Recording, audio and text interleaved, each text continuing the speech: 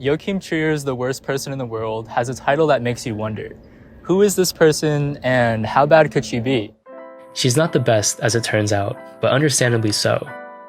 Yuli is a woman on the cusp between her 20s and 30s who spends the prologue, epilogue, and all 12 chapters of this film navigating the most prominent pillars of her life, love, career, and family, to the best of her ability. If you're a young adult, this probably sounds a lot like you and most people you know. And from personal or vicarious experience, you'll also know how messy and difficult it is to find yourself in the moving, fragmented pieces of these pillars before they manage to align. In between occupational crossroads, Yuli hops between a few guys, each a new and exciting blip in the narrative of her life. Eventually she meets Aksel, who sticks around for a while despite his initial unavailability and warnings about their age difference. Ironically enough, this is a defining moment between the two of them that keeps Yuli interested.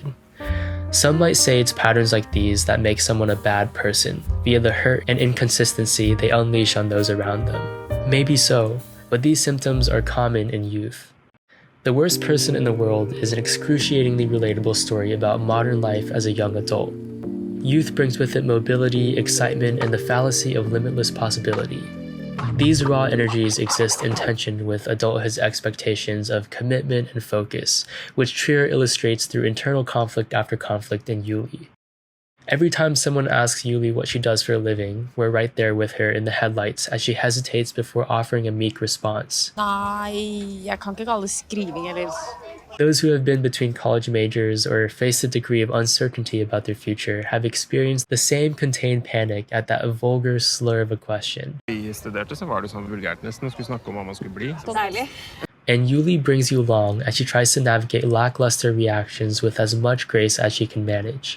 We hear you, Yuli. We understand your struggle, and we stand with you. All this is a testament to the refined acting of Renate Reinsve, who exposes Yuli's inner turmoil with a demeanor so effortless, she seems as though she's not as much acting as reliving past memories.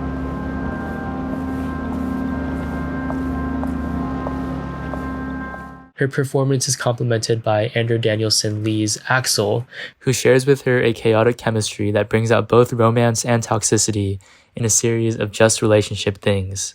Struggles like maintaining an autonomous identity within a relationship and deciding whether or not to have kids.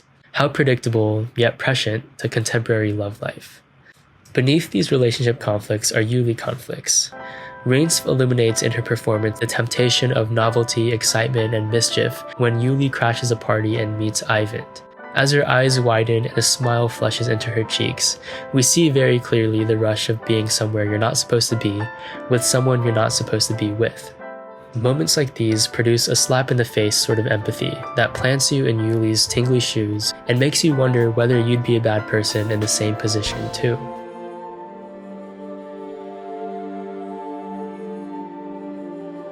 Trier takes care to plot these conflicts along the axis of time, pronounced by technological and cosmetic changes. No detail too small, Yuli's iPhone loses its home button and grows a notch between chapters. Her Mac gains a touch bar as she goes from student to writer. Her hair changes color and length with the seasons of her life. Sometimes even time itself freezes, reflecting a pause that Yuli desperately needs in order to figure out her life and the people in it. That and the feeling of meeting someone who makes her heart skip a beat and her clock skip several as it melts away the way it would in a Salvador Dali. It's through incisive observations like these that Trier's craft takes its shape in this late coming of age, or coming to terms with age, story. Beyond visual details, the screenwriting and dialogue are topical and piercing to the modern ear. From dinner parties to living room confinements, Trier shapes contexts where his characters can talk candidly, and his actors do not fail to deliver. Yuli is clever and snarky in the way she questions the patriarchy and pokes fun at tropes like mansplaining. Det liksom mansplaining. Ja, det da en 45 år gammel mann. Forklarer litt yngre pike hvordan ting henger sammen. Takk for demonstrasjonen. She's a well-written antithesis of overanalysis, as she comments directly on the limited power of language to describe feelings, and occasionally drops bombs like, Ja, jeg elsker deg. Men jeg elsker deg ikke. These quotes don't really make sense on paper, but make perfect sense accompanied by her delivery of heart, soul, and body language. At det bare en sånn birolle i mitt eget liv. Aksel, closer to 40 in age, captures the aching frustration of time passing him by faster than he can keep up. We feel his agony when his comic book character Bobcat loses his starfish to censorship. I filmen så skal han visst bare ha sånn glatt rumpe. Så det der, det er borte. When he gets cancelled on live TV, and most of all, when he faces the existential dread of terminal cancer. For Yuli, Aksel then becomes the personification of time, his decline a reminder of its scarcity. For Aksel, his late days with Yuli become a prompt, an opportunity to articulate in his own analytical style how the looming threat of death has forced his reflection inwards and backwards with a tinge of melancholic nostalgia. Even the narrator has a distinct voice of its own, like some kind of omniscient brainchild of Yuli's subconscious. It comments on the climate of any given situation, with no regard for niceties. For example, "The sum of Western guilt sat next to him on the couch and went to bed with him at night" is a phrase Ivan would never vocalize to describe his partner's eco-friendly lifestyle changes, but certainly must have crossed his mind at some point. Not to mention, lines like these gave the narrator a sense of humor of its own, adding a comedic lightness to the heavy topics in its jurisdiction. Together with the film's chapters, the narration helped make sense of the chaos in Yuli's life, much like the way our internal narrative romanticizes and main characterizes our own, a habit that is not only natural, but sometimes necessary to keep us from falling apart. The Worst Person in the World brings nothing new to the table, but in the best way. It's an ode to youth and a portrait of modern life, examined under the keenest of eyes and laid out in a storybook fashion you can easily digest and weave back into your own life.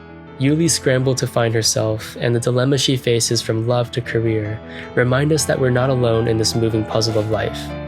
She reminds us that change, heartbreak, and ticking clocks are inevitable, but so be it.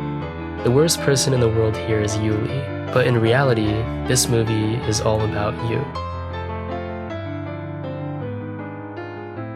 No offense. I hope you guys enjoyed this video. If you did, make sure to subscribe to see more content like this. And I also want to give like a short disclaimer that if my voice sounded a little bit different in this video, it's because I did have COVID when I was recording it.